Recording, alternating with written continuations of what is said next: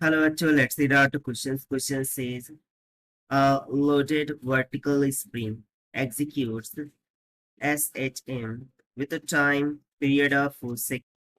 The difference between the kinetic energy and the potential energy of the system varies with the period of.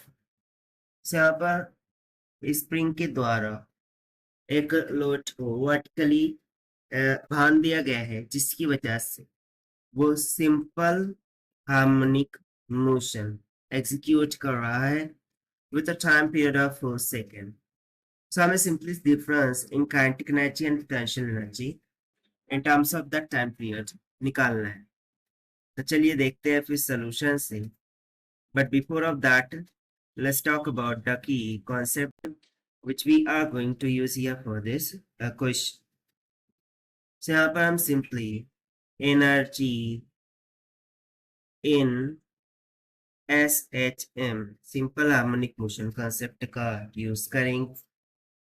तो सबसे पहले तो हमें इसको डिराइव करना होगा. सो वी नो दैट कि जो काइनेटिक एनर्जी होती है वो उसका फॉर्मूला हो जाता है 1/2 mv का स्क्वायर, जहाँ पर mass V velocity, and the potential energy has the formula of 1/2 k times of x का स्क्वायर, जहाँ पर k spring constant and x will be the displacement.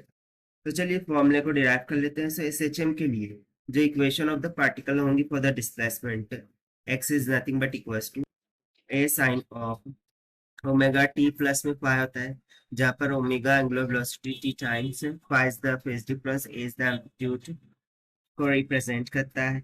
अब यदि मैं इसको डिफरेंशिएट कर दूं with respect to time, so हमें क्या मिल जाएगा, velocity of the particle by which it is executing the SHM.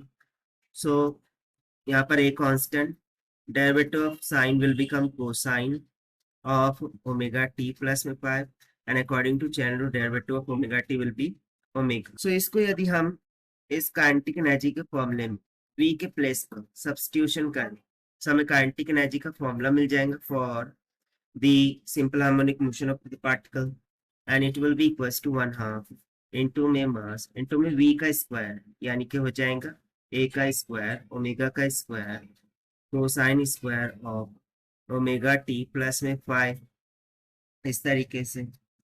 ना इन द सेम वे यहाँ से हम पोटेंशियल एनर्जी भी फाइंड आउट कर सकते हैं. So it will comes about 1/2 into में के, और जो एक्स था, ठीक है, वो डिस्प्लेसमेंट ऑफ द पार्टिकल को इंडिकेट कर रहा था.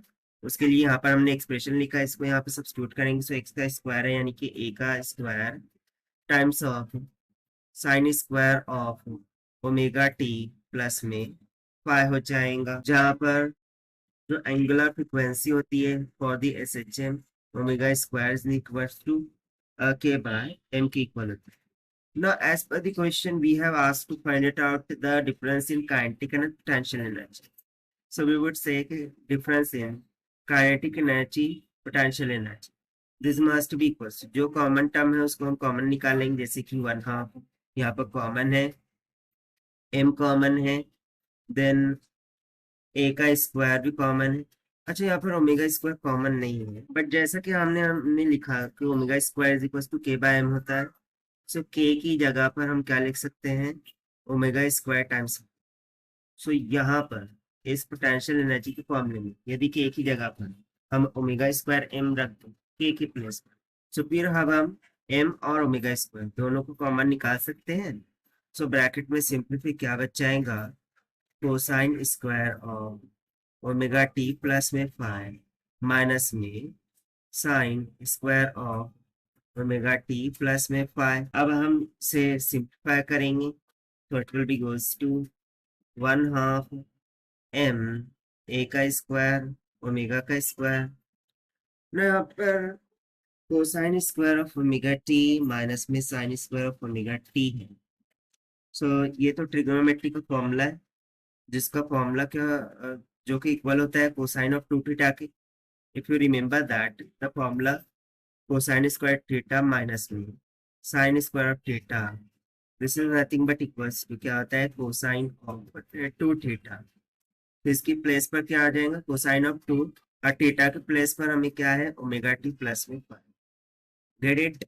नाउ ये जो 2 है उसको अंदर मल्टीप्लाई कर देंगे, So we will get 1/2 ma का स्क्वायर ओमेगा का square into the bracket cosine में at 2 omega t plus में at 2 into में 5 हो जाएगा. So if you look into this, so जो difference in kinetic energy and potential energy उसके लिए एंगुलर फ्रीक्वेंसी ऑफ ऑक्सीलेशन कितनी आ रही है 2 ओमेगा की इक्वल.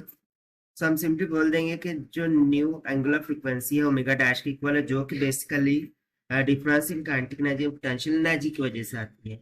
सो वो किसकी इक्वल आ रही है फिर 2 ओमेगा की इक्वल. ना ओमेगा इज इक्वल टू क्या होता है 2 पाई बाय टी, जहाँ पर T time period of oscillation होता है. तो यदि हम इसको यहाँ पे सब्स्टिट्यूट करें 2 pi by T dash is equals to 2 into में 2 पाई बाय टी, तो 2 पाई से 2 पाई कैंसिल और हमें T dash is equals to क्या मिल जाएगा टी डिवाइडेड बाय 2 के. दिस मीन्स टू से कि हमें अकॉर्डिंग टू क्वेश्चन टी कितना दिया 4 सेकंड, तो सब्स्टिट्यूट कर देंगे that is 4 second divided by 2. So for difference in kinetic energy and potential energy, time period is coming about 2 seconds. यही हो जाएगा हमारा required answer to this question as per the given option. Option A is correct. So this is the required solution. I hope you understand. For best of luck. Thank you.